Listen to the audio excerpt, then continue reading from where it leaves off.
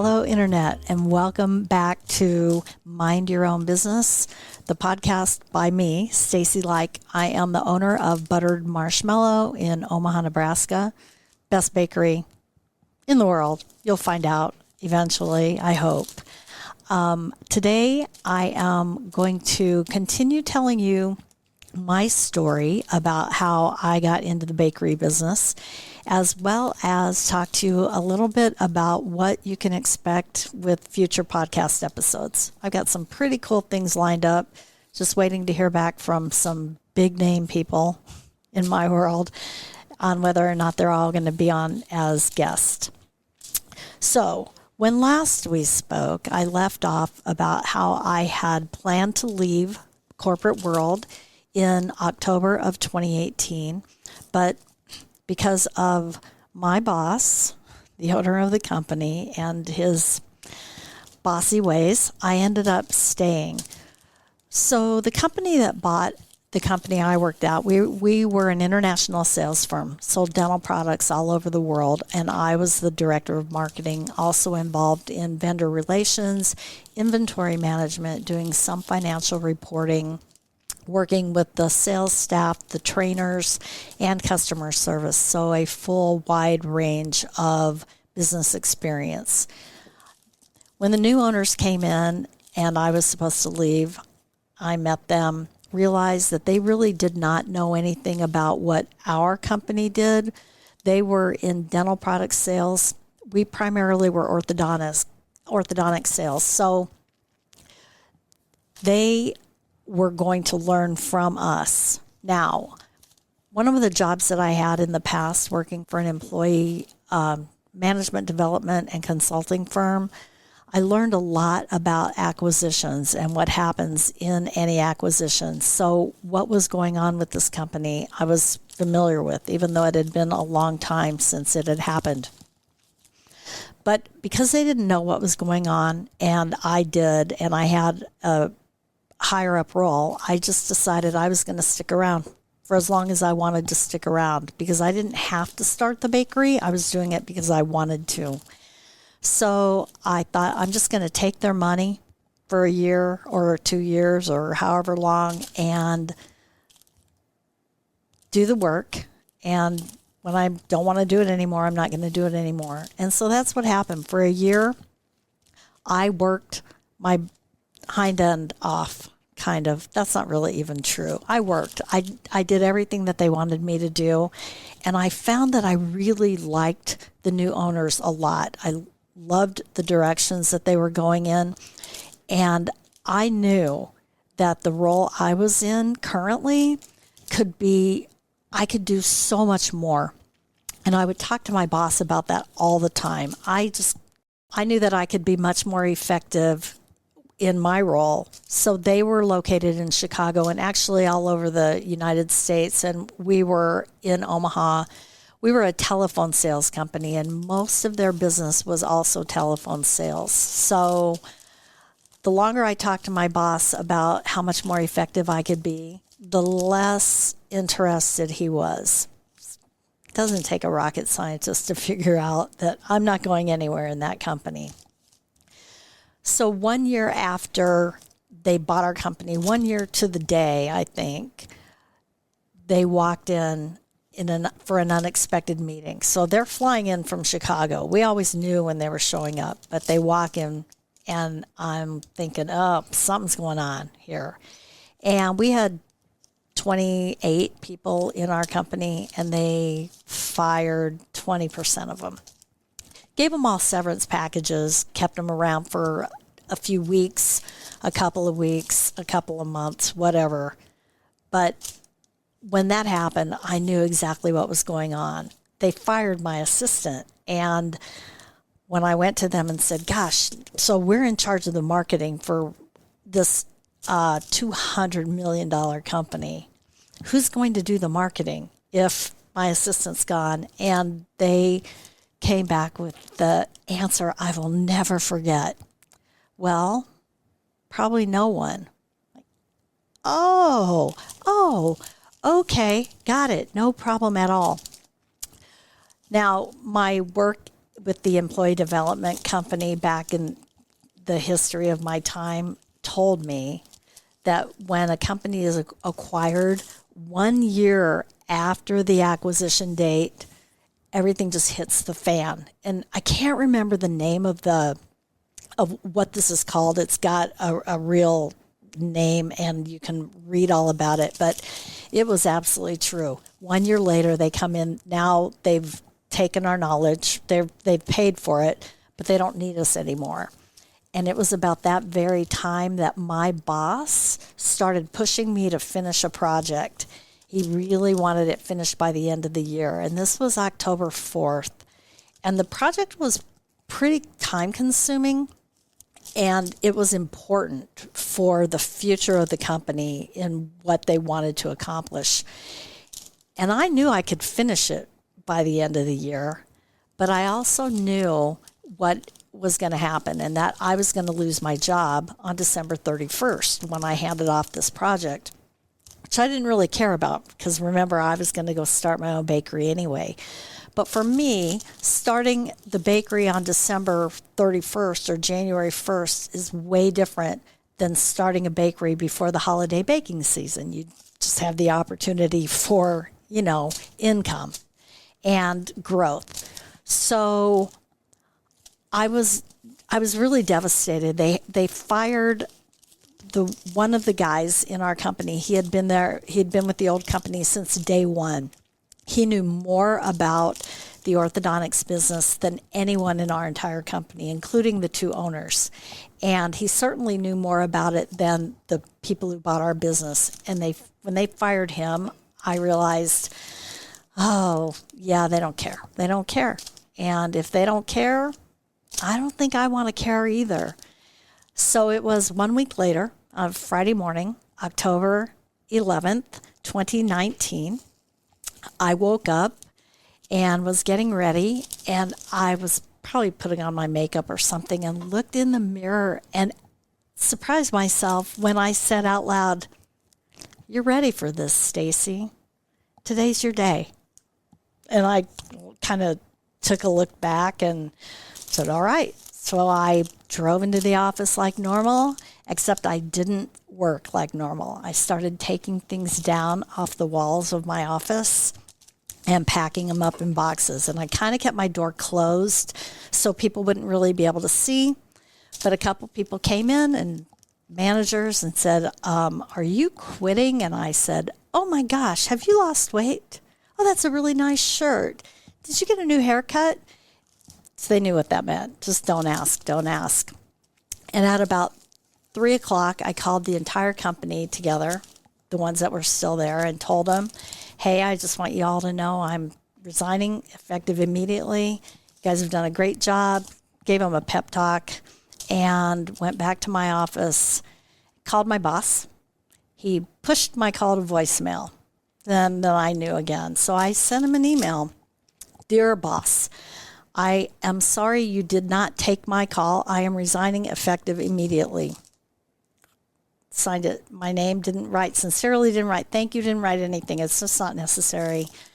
And watched that email hit my outbox, watched it empty from my outbox, closed my laptop, walked out the door, and heard the phone ringing on my way out, and I did not care. Remember, my old boss called me a little while later, the prior owner of the company, and said, so you just had enough, huh? I'm like, how do you know? It's been like 2 hours. And he said, yeah, they called and said you walked out the door. And yeah, I did. What I did immediately after that was go to my favorite champagne bar and had a bottle of champagne to celebrate, because that is how I celebrate all great things in life, because I love champagne. That was a Friday. On Monday morning, I started working heads down in the bakery. So that's when I started really working more on the list. And on my first episode, I talked about working every single day toward what you want to achieve in your business. And there are certain things that I just had not done, one of which was I hadn't set up a bank account and I had not talked to the credit card processors because I wasn't going to do those things until I was ready to start working in the business. But I met with the bank. I got bank accounts set up. I got credit card processing set up, and I started making phone calls. Now, interestingly, I didn't work very hard. I worked kind of hard, but I'd been working hard for 18 years. I was putting in 50, 60, 70-hour weeks, and I was tired. So I would let people continue to talk about my bakery. I would talk about my bakery to people. I would sell. Somebody wanted something. I said yes to everything. I had a pretty good Thanksgiving, made a lot of pies, a lot of cakes. And then Christmas came around and I had a successful Christmas. Then the New Year started and I kind of had a life-changing moment, life-changing week when I went to Egypt on vacation. And when I got home 10 days later, I really wasn't sure what I wanted to do. Egypt was life-changing for me. Changed everything about who I was internally and externally and what I wanted to accomplish in my life. And there was something missing from before that I found, but what I found in my heart it just made me question everything. And I really wasn't sure about the baking anymore. Kind of just wanted to either go back to Egypt or sit on the couch and watch Start TV, which is just old crime dramas with women. But I made it through that time. And in April of 2019, right before Easter, I joined a Facebook group in Omaha that is dedicated toward food groups. And at that same time, my phone started ringing.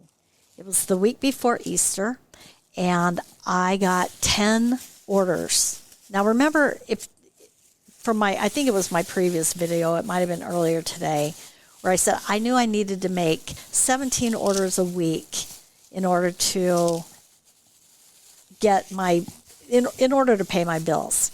So I'd been making like 10 orders a month. Not working very hard, right? Well, I got 10 orders that week, and it was the week before Easter, but only seven of the orders were not for Easter. They were for birthday cakes or anniversary cakes or whatever, which was really odd to me. Something was going on, and I did not know what. But I made the cakes. Everybody was super thrilled and super happy. And then that's when I joined this Facebook group called Omaha Food Lovers. And something amazing happened, which I still love to talk about. So the first week I joined Omaha Food Lovers, I had an order in 12 hours. I talked about my bakery, and I had an order in 12 hours. And then people on the page were saying, oh my gosh, Buttered Marshmallow, we've been talking about you forever. We're so glad you're on this page. And I'm like, what? Okay, that's awesome. That's great. And the next day I got an order. And the next day I got an order. And in the first week of being on that Facebook page, I got about 3 orders, well, one to 2 orders every single day. I'm like, gosh, what in the heck is going on? The second week I was in that Facebook group, I got 2 to 4 orders every single day. Like, okay, this is insane. This is crazy. I mean, I knew I had to do 17 orders a week, and these orders are just coming in. The third week I was in that group, I got 3 to 5 orders every single day. And they weren't like, okay, I need a cake tomorrow. People were saying, okay, I need a cake for May 3rd. I need a cake for June 12th. I need a cake for Father's Day. I need a cake for August. And I'm going, oh my gosh, what in the world is going on? Well, what it equated to was I went from baking 10 cakes a month to baking 25 to 35 cakes a week in a 3-week period. I went from the hardest of part-time to absolute full-time in a 3-week period. And you know what really helped me be successful in that? the fact that I had done 365 steps towards owning my own business. I never would have been able to ramp up without doing that. It was so helpful and important, and I was so glad that I did it. And I'm not going to say it was without struggle, because it was. I loved it every single second of it, but I was not really efficient because I hadn't had the opportunity to ramp up. I just suddenly had to ramp up immediately. And I did, like I said, inefficient as it was, but there came a time in June, it was Father's Day weekend, and I had orders like, I don't know, I think I had 5 orders one day. I was dying. Oh my God, 5 orders in one day. All I needed to do was 3 in one day. And I looked at my order book, and I'm exhausted. I'm exhausted. I did 24 orders that week. I'm dying. I look at my order book and I think, oh my gosh, I don't have a day off for 10 days. I'm never, ever going to get sleep. How am I ever going to do this? It was a challenge. That Tuesday after Father's Day, I woke up in the middle of the night with an epiphany on how to change my business processes to make myself so much more efficient. The next day, I woke up, I enacted that business process, and I tripled my daily output without spending 1 penny more, without adding any more time to my day. In fact, I reduced the amount of time that I was working, and it just equated to more money, which was great, but not really why I was doing it, even though I needed the money. It equated to more outreach to people, more orders going out, and more orders coming in. And how exciting was that? Yeah, it was super exciting. Now, part of what was going on in that time is I'm baking cakes. I'm baking a ton of cakes. And when you bake a cake, you want a flat cake when you're icing a cake. It's got to be flat on top so that the cakes sit upon each other and rest upon each other. And what happens when you bake is you're usually going to get a little dome on the top of your cake. Well, if you don't cut that dome off, you're going to have an uneven quantity of icing on the top of the cake, like nothing in the middle between the layers in the very center and thick icing on the outsides, and I didn't want that. So a lot of bakers, me included, will dome our cake, which means cut off the top so that you flatten them. Well, there's a lot of wasted cake when you do that. And when you own a bakery, you have 3 options, right? When you have leftover or waste product, 1, you throw it away. Oh, that's a bad thing because that's just throwing money right down the drain. 2, you eat it. Well, that's a great one. I love that. But my doorways were only so wide, and they weren't going to get any wider even if I did. And so the third is you figure out how to use your excess product. And I was out with my best buddy, Jay, one night talking about these domes, and we came up with the idea that I would make cake bombs. So people know what cake pops are. It's when you just take a cake and you scrunch it all up, crush it all up, and roll it into a ball, kind of like what you've seen me doing here. And then you dunk it in something like a coordinating flavor. Most of the time it's going to be a chocolate that's either white or colored or dark chocolate. But I didn't want to do that because I didn't like that. So I decided that I was going to roll my little cake bombs in some coordinating flavor. So if I have the dome from a carrot cake, I might roll it in walnuts or pecans. Or if I have a peanut butter cake with peanut butter icing, I might roll it in mini chocolate chips. The whole bomb thing came from taking a Twizzler and sticking it into the top so it looked like a little cherry bomb. I don't do that anymore, but I still call them cake bombs. And these little boogers are as good as you can imagine. So it's cake pops and cake bombs are a challenge to make if you don't understand the ratios. And when you talk about less is more, that's exactly what happens with these cake pops. Hey, look, I got a chocolate chip in my glove. That's pretty amazing. I don't know how that happened. So with cake bombs and cake pops, you take a cake, or the top of a cake, or if you're making a big batch, you just bake a whole cake, and you crush it up. Like you can crush it up with your hands. Think about if you're making meatloaf. You're going to take that hamburger or that ground beef or ground lamb or ground whatever, and you're just going to kind of squish it up between your hands. With the cake, you want to do that, but you want to get it into a dry crumb, not dry, but into a crumb fashion. And then you're going to add the binder, which would in a meatloaf be something like an egg and oatmeal or whatever. In a cake pop, the binder is icing and filling. So if you had, let's say, a lemon raspberry cake with vanilla buttercream, you would crush up the lemon cake. You would add a little bit of raspberry and a little bit of the vanilla buttercream, and then you mix it all up. The mixing it up is the next thing that you want to do carefully. So you can squish it all together, and you know what I mean. You're squishing it between your fingers like something gross and disgusting. Or you gently ball it all up until it holds its shape, but is not gross and disgusting. And that's what I wanted to accomplish, a ball that held its shape, but was not all squishy on the inside. And it's super important that you watch your ingredient level when you're doing this, because once you add too much of your filling or too much of your icing, your cake bomb becomes a soggy mess of gross. That's all I can say. It becomes gross.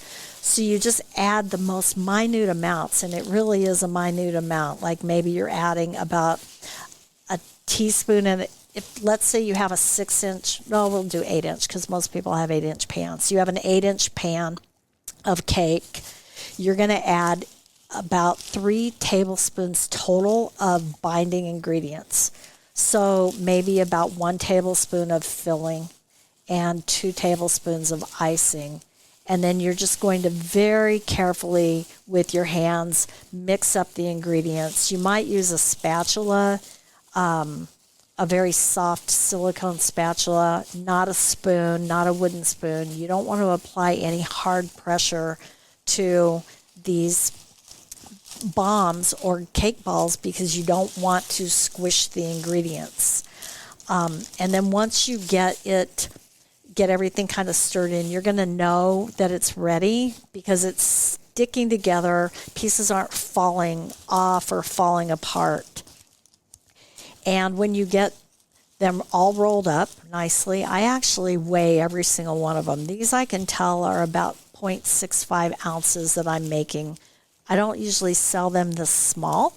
They're usually 0.8 ounces to 1 ounce. So the size of them is consistent with a donut center. So after you get them all rolled up, then you figure out what your ingredient on the outside is going to be, your complementary flavor. And today, for those of you who are listening, not watching, I made a peanut butter cake with the most amazing peanut butter cream you have ever in your life seen. I'm telling you, I make a ton of icing. In fact, I was laughing about it. I have icing in my house like people with dogs have dog hair in their house. I'll go in the bedroom to change clothes, and I have buttercream on the back of my shirt. How in the world? I don't even have any idea. There's buttercream everywhere. But when I make peanut butter buttercream, it's the only thing where I want to stick my face into that bowl and just literally not come up for air. I want to eat the whole thing. It's so good. It's so amazing. So yesterday I had to make a peanut butter cake, and I had to dome the cake. Oh, what a shame. I had these peanut butter domes left, and I had some peanut butter buttercream left. And so I mixed them all up into these gorgeous cake bombs, and currently I am rolling them into little mini chocolate chips. And here you have this absolutely stunning little treat of a cake bomb. You can bite it in one bite or two. It's not going to fall apart if you take a little bite because you want to have double the fun. You don't need a utensil, but it's just best if you just pop the whole thing into your mouth. What I have here is something where I am not wasting any product at all. I sell these to people. You can buy them. A lot of times I'll just put something out online that says, hey, cake bombs available for sale. And they're usually gone in about a minute and a half. Or I'll give them away to friends, although that's rare because I want to sell every single thing I have. Or I might eat one, but I'm not going to today because I'm not eating sugar because I had too many cake bombs in the last month. But it's just a way for you to use your scraps without waste, and that's excellent. So on that happy note, I'm going to just give you a little idea of what I've got coming up. Sometimes I'm going to talk about recipes like I did today. I'm never going to give away any of my secrets, so don't even think that's going to happen. I'm going to have in guests who own their own businesses. I want to talk about mind your own business. So we're not going to really be talking about what they do in their business. We're going to talk about how they got the idea to have their own business and how it progressed and transformed into their successful business. I've got some hopes for a couple of local celebrities to be on to just kind of make this fun. And I'm going to have some musicians come in and talk to them about how they became musicians. So even though I own a bakery, the best one in town, Buttered Marshmallow, the podcast isn't completely about food, although food will be a central theme in a lot of the things I do. I want to thank everybody for joining in. Remind you to listen wherever you get your podcasts. You can catch this on YouTube, and I'll see you next time.